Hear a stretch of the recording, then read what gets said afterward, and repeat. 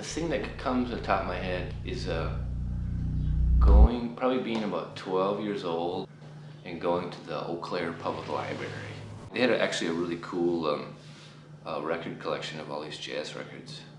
And so I was at the time I was listening to like the Minutemen and Black Flag and all these like punk rock bands, and it was in a punk rock band of my own with my brother and some other friends in Eau Claire, and then all of a sudden I was like, I want to check out these jazz records. So I went to the library and I checked out a Thelonious Monk record and a Mingus record, and which ones they were I can't remember actually, to be honest, but I checked those records out and I went home and listened to them. Oh yeah, and there's a Duke Ellington record too, actually, one from like that's a compilation of all these songs from like the 30s and stuff like that. And I just was super knocked out by it, you know. I was just like just thought that was the greatest thing, and I was like, man, I gotta get an acoustic bass, you know. Like I was just like super fired up about it. I read this Duke Ellington biography called "Music Is My Mistress" for like a school like project or something, for some class. I think I had to read some kind of biography and read a report, and I did it on that, and I think actually that's what got me into it. Because after reading that book, you know, I was really curious, and it was super cool. Like it was actually all this. The band was like his 1940 big band, I think, actually, with Jimmy Blanton being like this legendary bass player. And on those recordings are kind of like classic recordings.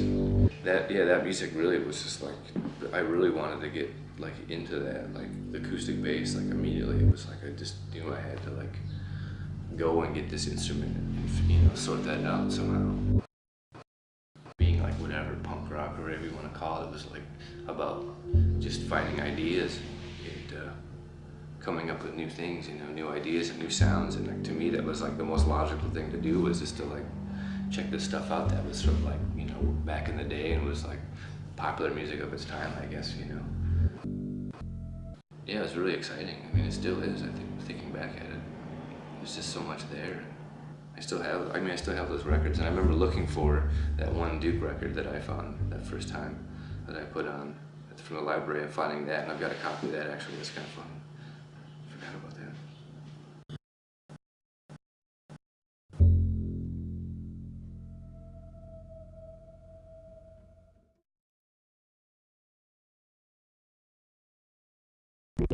One day my friend Stevie and I decided to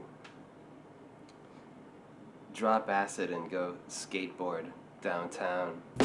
And so we each took half, and then like a little while later, like maybe 20 minutes later, decided like, let's take another half. So there were some marble planters, I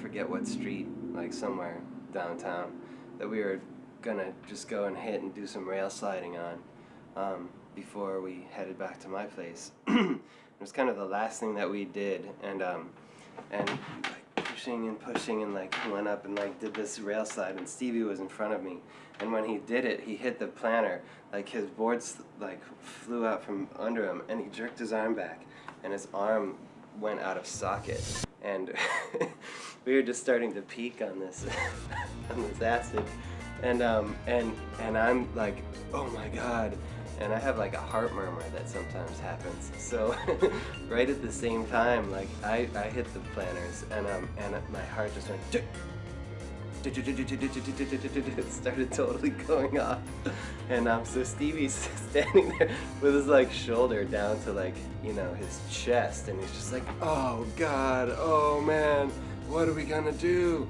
And I'm like having this heart murmur, and we're just like zzz. It's rush hour, and people are just like on the street, and we're just two sweaty guys. I had like dreadlocks down to my, you know, whatever. Maybe that was past after then. We're like flagging down people as they're walking by, like, hey, are you a doctor? Are you a doctor? And people are just like totally like 100% like walking out of the way of us, like, and so we're just like, man, let's just get in the cab, and we'll like take it to my house, and then we'll get your arm back in socket at my house. And so we get in this cab, and this guy's got the radio on full blast, and it's playing like the Cubs game. It's like, it's not coming in. It's like, and so we ride from downtown to about like Lake Street, and like just a little east of Halstead, like underneath the tracks, and we're just like, stop the car, stop right here, like in the middle of like, you know, industrial wasteland kind of, you know, nothing around and nobody there, and Stevie's like, man, tell him to stop, like I just gotta get out right here, just right here. And so we get out, and he's like, man, you gotta put my shit back in. And I'm like looking at his body, and like, and he's like, feel this, feel right here, feel. And so he makes me like feel in through his skin to like where his bone is, and I'm like, like feeling it, and he's like, this has to go in this hole here, and he's like, feel up here. So I had to like grab his thing and like lift his whole shoulder up, and like, and it sunk into his shoulder, and he was just, and it made it audible, like, and we were both just like, I was like,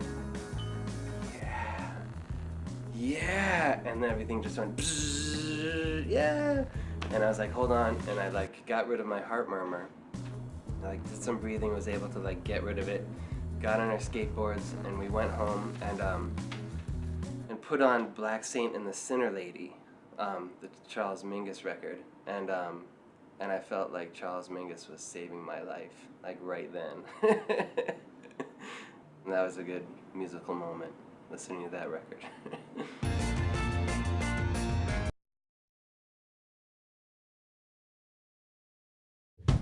I was living in Iran when I was a child, and at around somewhere 4 or 5 years old, my parents took me on a trip to the United States to go to Disney World, and I had a sister who was about 20 months younger than me, and she was too young to go, so I got to go and she didn't get to go. And when I got back, I told her that while she was at school every day, that I was behind the partition in the wall in this totally different world that had all these rides and everything. It was based on Disney World, but it didn't really look or feel just like Disney World. It was a different thing that I had imagined. The idea is you put yourself in this thing, and it takes you, you know, takes you around and takes you outside of yourself. You're not making the decisions, you know, but in a good way, not like, you know, not like the ride I've been on in the last 10 years. I said that from where I was, that I could watch everything that she was doing while she was in class, and you know, while she was in the mundane existence of carrying on her day, that I was in this other place and I could see her. And when I was thinking about this story the other day, I realized that I actually had the world. I mean, in my mind, it has a color, it has everything about it. The plastic in it is a certain way. You know, the flavor, the smells are a certain way. And so I don't think I could have really been said to have been telling a lie when I told her this, because I really had the full story. You know, I wasn't just saying some bullshit. And that I could really see her world from where I was, I think is true. I didn't want to answer the question with something of what I feel is the wrong way, or the part of, you know, the world that my sister was in, that I wasn't in, you know, of looking at a record and, you know, this is, you know, I can break down this music in this way. You know, these are the names of the people in the band. You know, I never knew the names of the people in bands until much, much later, that if I would come across a record. You know, but everyone thinks that way, you know, or thinks about the particulars, and I don't think about the particulars. If it's useful, it's useful, you know. But I don't see why I would say a Miles Davis was the inspiration and not say that, you know, the first REM record I heard was any different than that. I couldn't say things like that, because The REM record has a time and place in my mind and a world around it, and it doesn't matter how you look at it in terms of music. It only matters how it relates to the world, you know, what kind of, what goes with it. It's not a lot to invent for a little kid. I mean, come on. That's all kids do.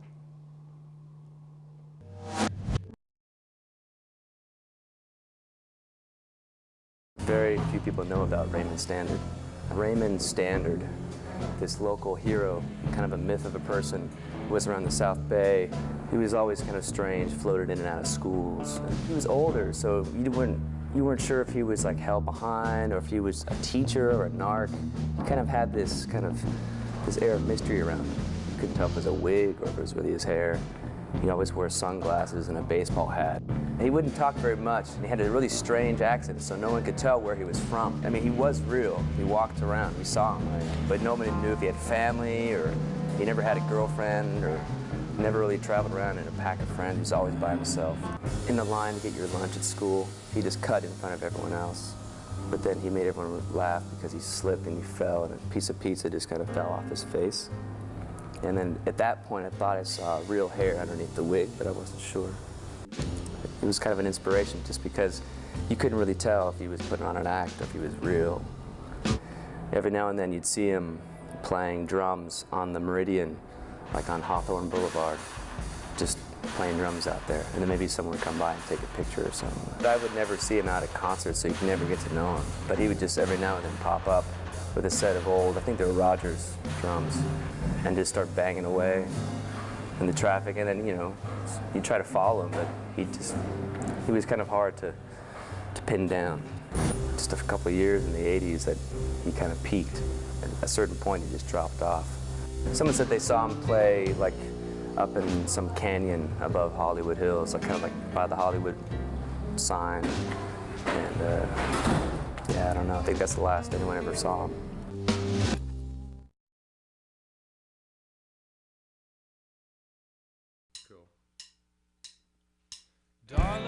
Sure, and fuck all those other guys. I think you got enough with me. When I got asked about this a few weeks ago, I was, or a couple of months ago, whenever it was, I immediately flashed on an incident in high school where we all, me and my friends, took acid in my bedroom and listened to lots of records all night long, including every record by the Velvet Underground. But I remember thinking after the incident, you know, because I think that people would say, oh yeah, when I heard the Velvet Underground, it convinced me that I could do it too, that I could play music because it was so simplistic. But I remember thinking, I don't know if I could really do it like this. So I don't think that that could be my moment of inspiration.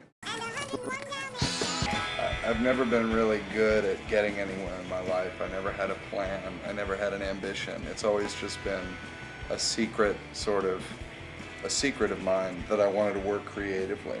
Probably the most sense of potential or possibility that I ever felt was in high school when we were just hanging around and listening to records by you know, the Soft Boys and all sorts of 60s records and stuff like that, and just thinking, you know, that we were onto something that nobody else knew about. That was pretty exciting. You know, going out on the road and playing gigs and trying to be in a group and put out a crappy little record that no one will care to remember in a couple of years, all of which I've done.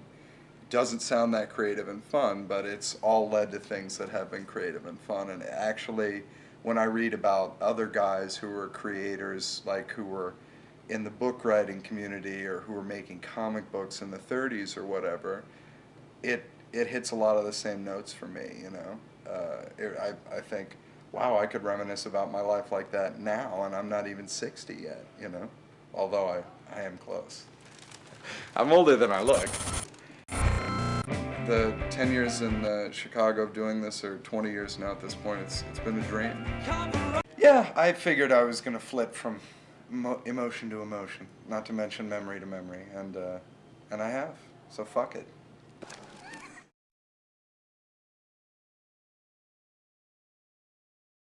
Start over, and when you say he, say Lemmy. Yeah, okay. When I was 13 years old, a friend of mine borrowed me this record called No Sleep Till Hammersmith by Motorhead. I'm basically a more emotional listener, and that this record really gave me lots of emotions and kind of rock music. And I used to be a heavy metal kid at that time, and it's a live recording from 1981. And on this record, we played all the tracks, or their hits, or their classic tracks. Basically, the sound is absolutely dirty. It's distorted. It really sounds overwhelming, or kind of, how to say this, sounds, makes you scared in a way. For me, it was kind of a revolution, or kind of, yeah, it was new, it was rocking, it was, I mean, I've never heard this combination of dirty sound with such a pressure, actually. I think early 80s, 1981, this was an era, or was a period of time which this band was at its absolutely best. And yeah, their tightness and this dirty, filthy sound has inspired me for a very long time. If I would say that this band, Motorhead, has been an inspiration for me, even on my work nowadays, yeah, people would go off just like giggling, and it's like mad, or people won't believe that.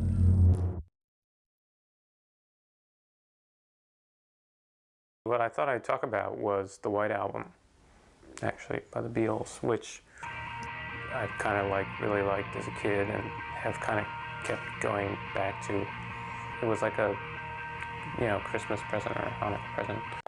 Part of it is almost like a kid's album, because like some of the song titles are like continuing story of Bungalow Bill and Rocky Raccoon, and it seemed like it was kind of aimed in a kind of a strange fairy tale kind of way almost.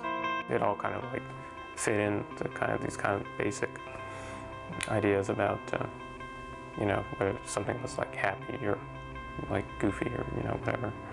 There's a lot of like kind of kiddie stuff in it, so that made it, I mean, to me, kind of like an easy entryway. And, you know, the package was really cool. Like, I mean, when I got it, it still had like the 4 individual photos enclosed of the Beatles in it, and then that huge poster that had the lyrics on one side and this collage on the other side.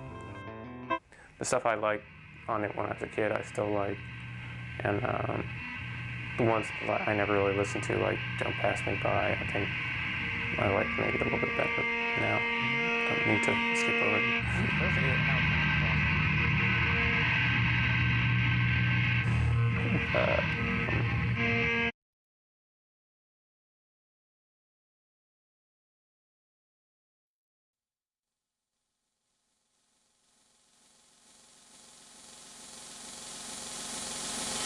I remember this one time, I was in the back of, we'll call him Phil's car. It's a Hyundai. And he just bought this this new tape, this band that we hadn't heard. It was called, it was Sonic Youth, Goo. And I was in the back seat, and so the speakers, you know, they're like crappy speakers on either side of me, and it was like being introduced to a new concept or something. I mean, I've been playing for a while at that point. It was pretty phenomenal. You know, I didn't listen to a lot of sort of like 80s indie rock like that point, like, you know, I don't know, like Butthole Surfers or something like that. So I was pretty much going straight from listening to my Cream albums to listening to Sonic Youth. There's about, you know, 20, 30 years of history that were kind of like packed in there. It was pretty amazing.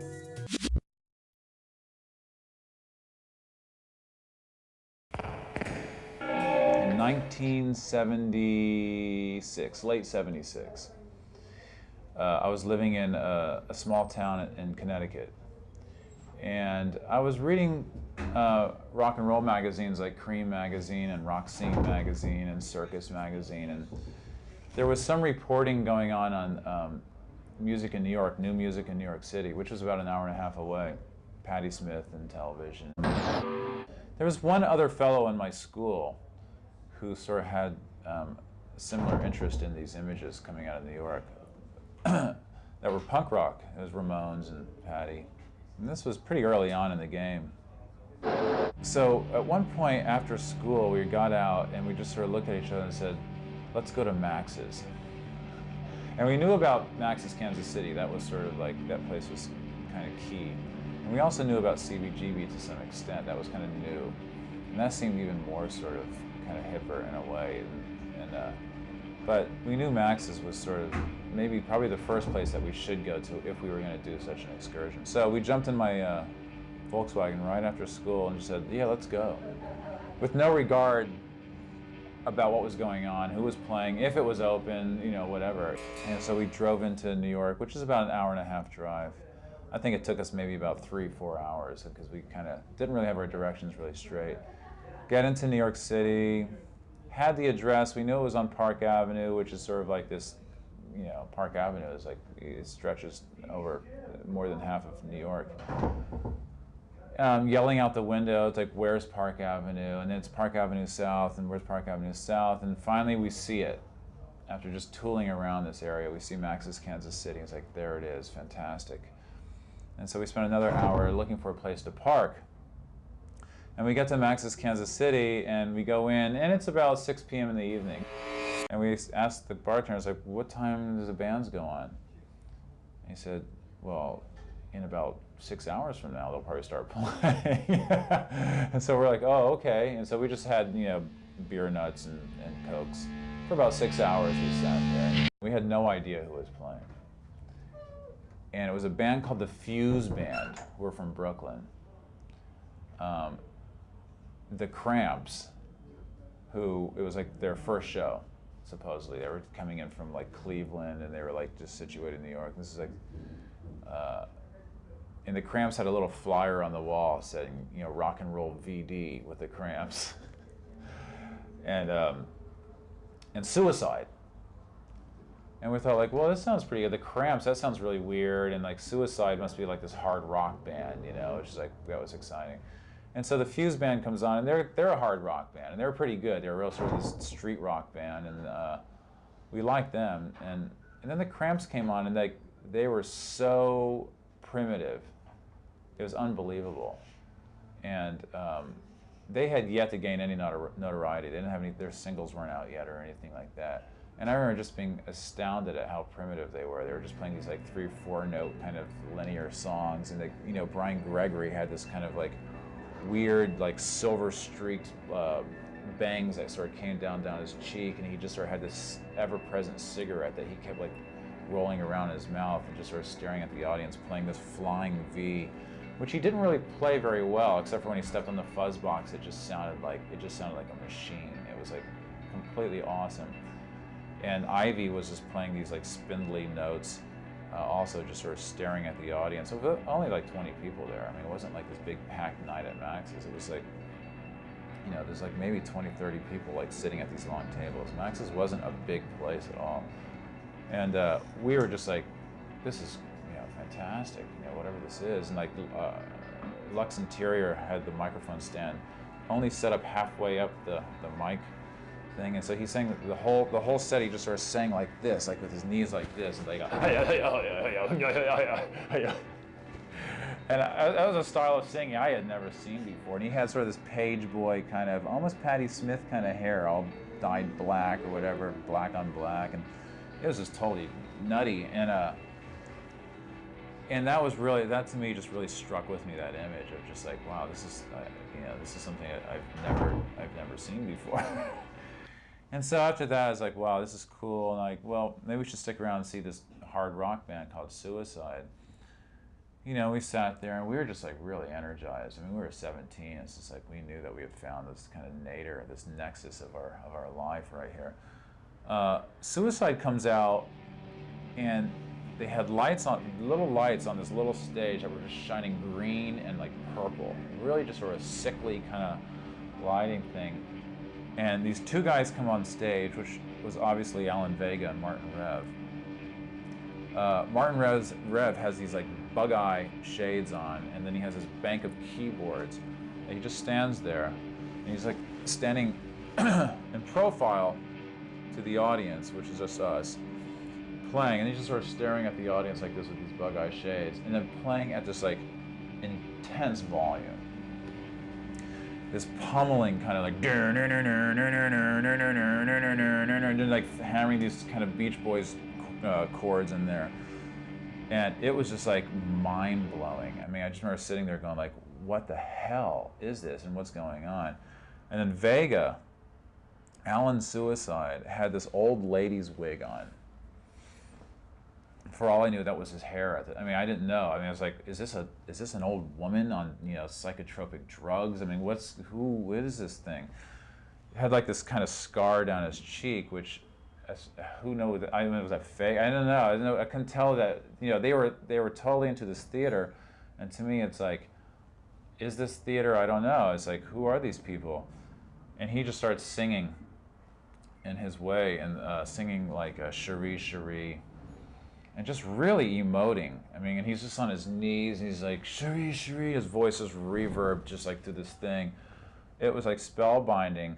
And then he would look at people in the audience, and if you didn't look at him, he would go over to you and just grab you by your hair and smash your face into his face and just sing at you and make sure you paid attention to him, and then throw you back in your seat.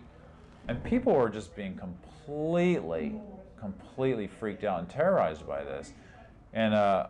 And we were just like, oh my God. And so I was like watching him. At some point he was down on his knees singing Frankie Teardrop. He was crying. He was actually crying. He was like singing the song. He was just like in tears crying. And then they did some more songs from the first record. And Alan would like walk out on to the narrow table that we were on, and he was sort of coming toward us. And luckily, the person sort of next to me was sort of was doing something that he didn't like, pretty much not looking at him while he was singing.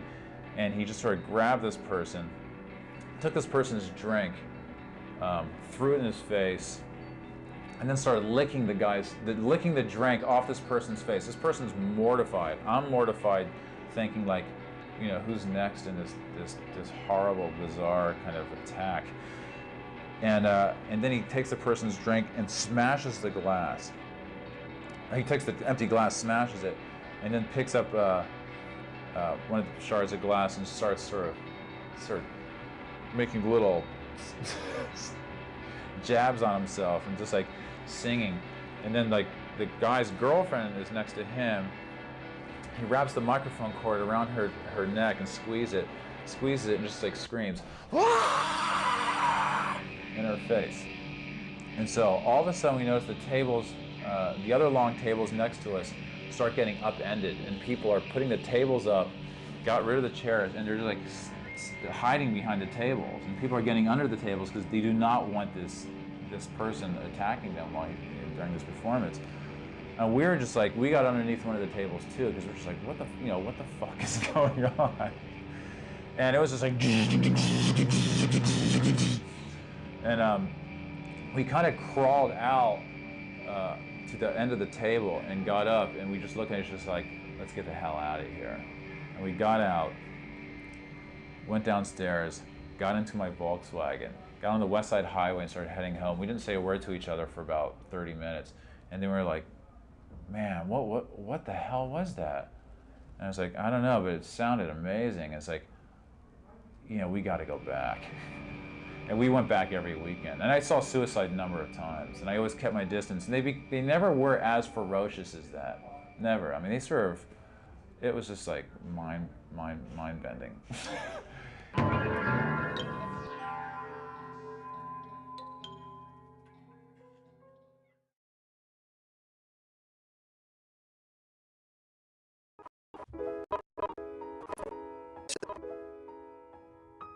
This show I saw in Memphis, I think it was like 1979.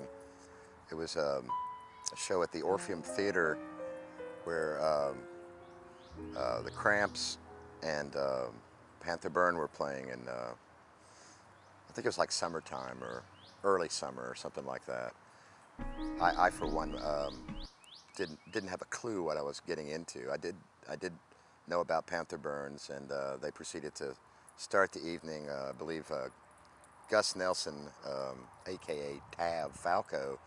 I remember him chainsawing a Silvertone guitar basically in half during the performance. He had a little trouble starting the chainsaw when he finally did get it started during the middle of some goofy ass song. It filled the stage with a lot of oily smoke, and he did manage to sort of feebly saw the guitar more or less in half, which made a hell of a racket, and it was pretty impressive. Once the smoke cleared and stuff like that, the Cramps proceeded to take the stage. They were everything you can imagine in scariness in the way they appeared. The way they were personally, I remember, was quite kind of gentle folk or something like that, but they proceeded to truly scare the piss out of anyone that was standing in earshot of them during that evening. The people who ran the Orpheum at some point thought that things might have been getting a little bit out of hand. The crowd was becoming quite, well, animated as those kind of shows were back then, and they were a little worried about this pushing and shoving that was going on. So at about, I guess, I don't know, 20 minutes into the performance or something like that, they had decided to cut the power on the Cramps, and this didn't go down well with Lux or the crowd either. He proceeded to sort of begin to gently incite the crowd that at least plant the idea that maybe this wasn't such a neat thing, and that they shouldn't take it lying down, so to speak. At which point he climbed from the stage onto this grand piano, which they had in the orchestra pit, and proceeded to pull the strings, break the strings, and pull them out of the piano slowly, just string by string, stomping on it, and the crowd was absolutely going apeshit. I looked to the doorways. Each doorway was now standing a Memphis police officer, and in some cases 2 or 3.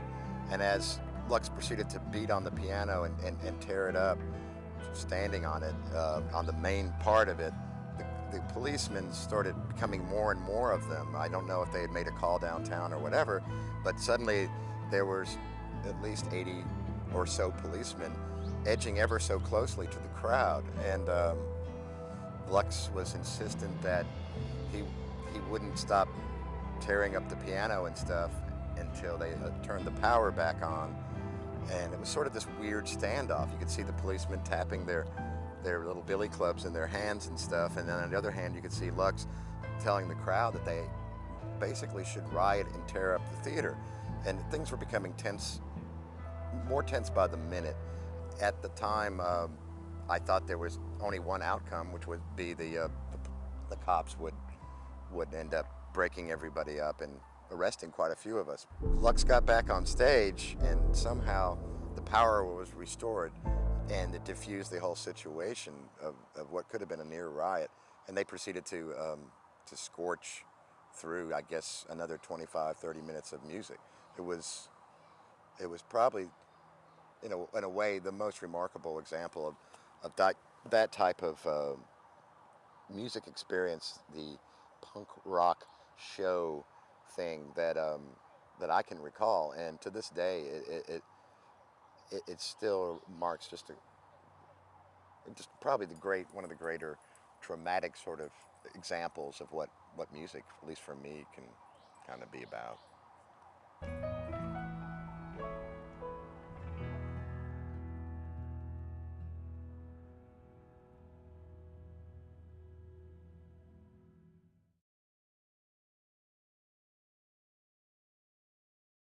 What I really like about music in general is when you get that intimate, personal feeling with the performance. I think back to when I was a kid. I was about 10 years old, lying in bed listening to AM radio, and there's like this electric feel that AM, crackles, in the night. And I used to set the timer so it would go off while I was asleep. You're all alone. Well, I was all alone in bed, just lying there, and I don't know, feeling alone, but the music's yours. It's not anyone else's. It's there. You don't think of all the other thousands of people listening to that song at the same time. You just think it's there. It's like it's beamed from outer space to you. And the first song that really moved me like that was The Who, I Can See for Miles, just laying there in bed. It just seemed like it was there. It was beamed to me. It was electric, a chord, plugged in to my ear. The next time I got that feeling was watching Rock Concert, and Rock Concert used to come on about 3 in the morning. So I'd set my alarm, and one night I set it and I woke up and it was Neil Young, and he was doing Like a Hurricane. It was long before that record came out, and I just remember just being alone down in the basement, and he's just completely going out of his mind. And once again, it was that electricity crackling, just in the middle of the night. And there's this intimate connection with the music. And I would go to concerts. Like my first concert was Frank Zappa with Captain Beefheart on the Bongo Fury tour, and I had 40th row seats. And I just remember thinking, this is great. I love Frank Zappa, but that's him up there, right? And not really feeling that same connection. The next time that it all changed for me was I went to see Patti Smith in Louisville, Kentucky. And it was in a fairly small place. It was, I think, before Easter came out. And they had this big photographer's pit that was about, it separated the audience from the stage. And about halfway through the concert, Patti said, everybody, just fuck it. Just come down front. And people knocked over the barrier and ran up to the front of the stage, and they, launched into Set Me Free. The amp, you could actually feel the air moving out of the amps and hitting you and getting knocked by those guitar chords. She's standing there, and I'm standing like 3 feet away, and she's kind of rubbing her crotch.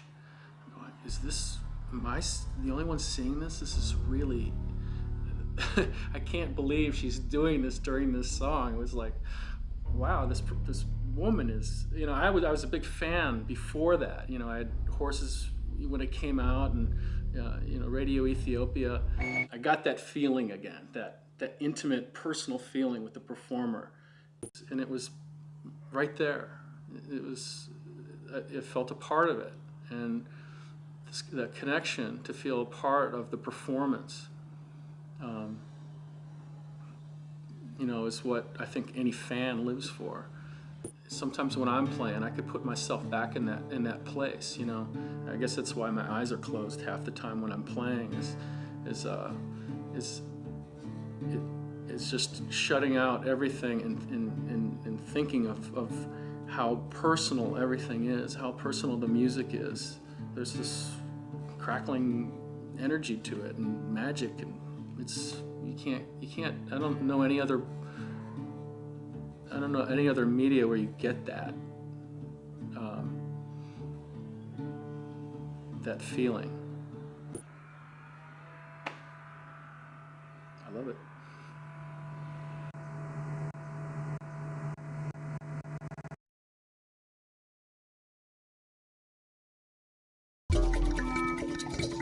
In high school, I was involved in a music community, and I enjoyed it a lot, but I didn't really feel like I had a place in it, that I would be valued for who I was, and as a female, actually, because I was in the hardcore scene, and it was just very, very macho scene. And so I kind of got out of it, and in '91, I ended up in Olympia, Washington for the International Pop Underground Convention, just by chance. I hadn't even known what it was before I got there. I think it was K Records, and then Kill Rock Stars was just starting then. They put on this week-long festival, and Fugazi played, and Nation of Ulysses, and then they had this one night that was like girls' night, where all these different people played for like the first time. It was the first summer, I think, that Bikini Kill and Bratmobile and the Spinanes and just a lot of different bands with women in them were playing out. And a lot of them weren't that skilled or anything, which was kind of what punk was about to begin with, was just people expressing themselves. But it tended to be boys expressing themselves. It was in the Capitol Theater in Olympia, which is a huge old theater, classic old theater. And I walked in and there was Allison Wolfe, who's in Bratmobile. She was on the stage and she was like, "Oh, the male gaze." And I had just come from like being a women's studies major in Oberlin and having been in these feminist classes. And I'd also been in this music scene of like independent and punk music and just being part of it as a kind of countercultural community that did not include either academic stuff or feminist politics. And I was like, wow, here is this mixture. Here is where everything is coming together, like independence, feminism, academics, punk, music in this space. And then I remember there was a guy standing in front of me who was like, "Fuck you," to her. And I was like, wow. And it also seems relevant. Right here in this moment, it's still relevant. The next day I was sitting outside this club and I didn't have a ticket. I didn't have a pass to the festival. I just kind of had shown up. And then this woman came up to me and she's like, "Hey, do you have a ticket?" And I was like, "No, I don't." She's like, "Well, I want you to come in. I'll put you on my guest list." And then it turned out to be Kathleen Hanna. Well, a few minutes later, I was in the club and she was singing in her band Bikini Kill. At that time, I didn't know who she was at all, but it was just like this really nice gesture that I was just sitting outside, and I went in and then she was screaming and being like, "Suck my left one," which right now, you know, I don't know how I feel about it now, but at the time it was really totally a different musical experience for me to have, you know, people my age doing that. I mean, I'd seen Wendy O. Williams and I'd seen some different people, but to be people who were like really on my age and seemed like they were in communities I was part of, to be like doing that and expressing themselves was a really influential experience. And I got way back into the music scene as a community, and I'm still in it. So that's what I value about it.